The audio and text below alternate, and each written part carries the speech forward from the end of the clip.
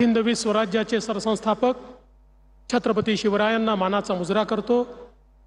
भारतीय राज्यघटनेचे शिल्पकार भारतरत्न डॉक्टर बाबासाहेब आंबेडकर यांना मानवंदना अर्पित करतो। जळगाव जिल्ह्यामध्ये आल्यानंतर आई मुक्ताई आणि बहिणाबाई यांचं देखील या ठिकाणी स्मरण करतो, त्यांना नमन करतो। आणि आज आपल्यामध्ये उपस्थित असलेले अखिल विश्वातील सर्वाधिक लोकप्रिय नेते आणि भारताचे प्रधानमंत्री माननीय मोदीजींचं आमच्या सगळ्या मातृशक्तीच्या वतीनं या ठिकाणी खूप खूप स्वागत करतो।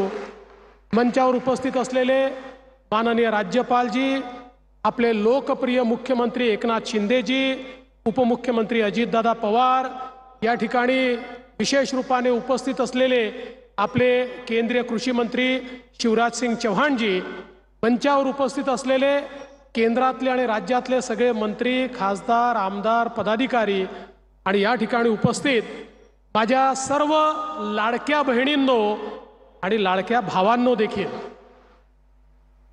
आज अतिशय आनंदाची गोष्ट आहे की लखपती दीदींचं संमेलन हे महाराष्ट्रामध्ये जळगावमध्ये होत आहे आणि जळगावच्या महिलांनी आज संख्येचे सगळे रेकॉर्ड तोडलेले आहेत, म्हणून मी तुमचं अभिनंदन करतो। आत्ताच आपण सगळ्यांनी लखपती दीदींसोबतचं इंटरॅक्शन या ठिकाणी बघितलं, कशा प्रकारे महिलांना संधी दिली तर त्या विश्व बदलू शकतात हे आपल्याला पाहायला मिळालं। आणि देशाचे प्रधानमंत्री मोदीजी नेहमी सांगतात, विकसित भारत करायचा असेल तर तो महिलांच्या माध्यमातूनच होऊ शकतो।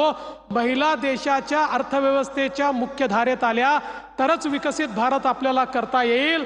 आणि म्हणून बेटी बचाओ बेटी पढाओ पासनं तर लखपती दीदीपर्यंत मोदीजींच्या नेतृत्वात महिलांचे जो विकास आपल्याला पाहायला मिळतोय तो अद्वितीय अशा प्रकारचा विकास या ठिकाणी आहे।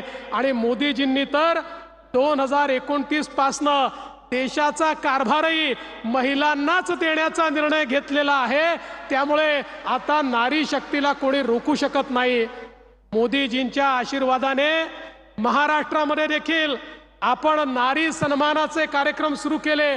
आमच्या मुख्यमंत्र्यांच्या नेतृत्वात लाडकी बहीण योजना असेल किंवा आमच्या मुलींना मोफत शिक्षणाची योजना असेल किंवा अर्ध्या पैशामध्ये एसटीचं तिकीट असेल, गॅस सिलेंडरची योजना असेल, या वेगवेगळ्या योजना, या मोदीजींचं जे स्वप्न आहे की या भारताला विकसित भारत करायचा आणि त्याच्यामध्ये महिलांची भागीदारी असली पाहिजे, ते पूर्ण करण्याकरता महाराष्ट्र देखील कुठेही मागे राहणार नाही हे मी या निमित्ताने सांगतो। मला सांगताना आनंद वाटतो, आज महाराष्ट्रामध्ये 75 लाख परिवार हे बचत गटाशी जोडलेले आहेत। लवकरच ते 2 कोटीपर्यंत पोहोचण्याचं काम आपण करणार आहोत। आणि मला हे सांगितलं पाहिजे, आमच्या बचत गटाला आपण फिरतं भांडवल हे दुप्पट तर केलंच, पण मी महिलांचे याकरता आभार मानतो, महिलांना दिलेला पैसा न पैसा त्या परत करतात, एक पैसाही त्या कधी बुडवत नाही। त्यामुळे महिलांकरता काम करण्याकरता सगळ्या बँकाही तयार आहे, सगळ्या सोसायटीही तयार आहे। आणि म्हणून मी तुमचं अतिशय मनापासनं या ठिकाणी अभिनंदन करतो। आज खरं म्हणजे या जळगाव जिल्ह्यात आलो आहोत। आज आपल्याकरता काल एक दुःखद प्रसंग देखील घडला। नेपाळमध्ये आपल्या जिल्ह्यातल्या काही नागरिकांचा एका दुर्घटनेत मृत्यू झाला। मी त्या सर्व नागरिकांना या ठिकाणी श्रद्धांजली देखील अर्पण करतो आणि त्यांच्या परिवाराला सांगू इच्छितो की आम्ही त्यांच्या दुःखामध्ये या ठिकाणी सहभागी आहोत। मी जाता जाता एक अजून चांगली बातमी जळगाव जिल्ह्याकरता देतो। आपल्या जळगाव जिल्ह्याचं चित्र यातनं बदलणार आहे।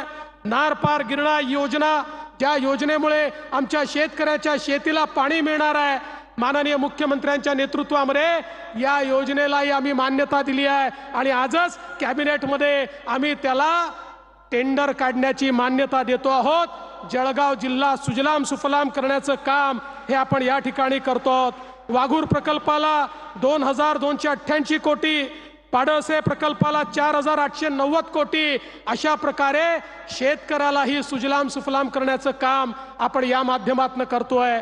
मी पुन्हा एकदा आलेल्या सगळ्या बहिणींचं मनापासून स्वागत करतो। आपल्या सगळ्यांच्या वतीनं माननीय प्रधानमंत्री महोदयांचं स्वागत करतो आणि माझं बोलणं संपवतो। धन्यवाद। जय हिंद, जय महाराष्ट्र, भारत माता की जय।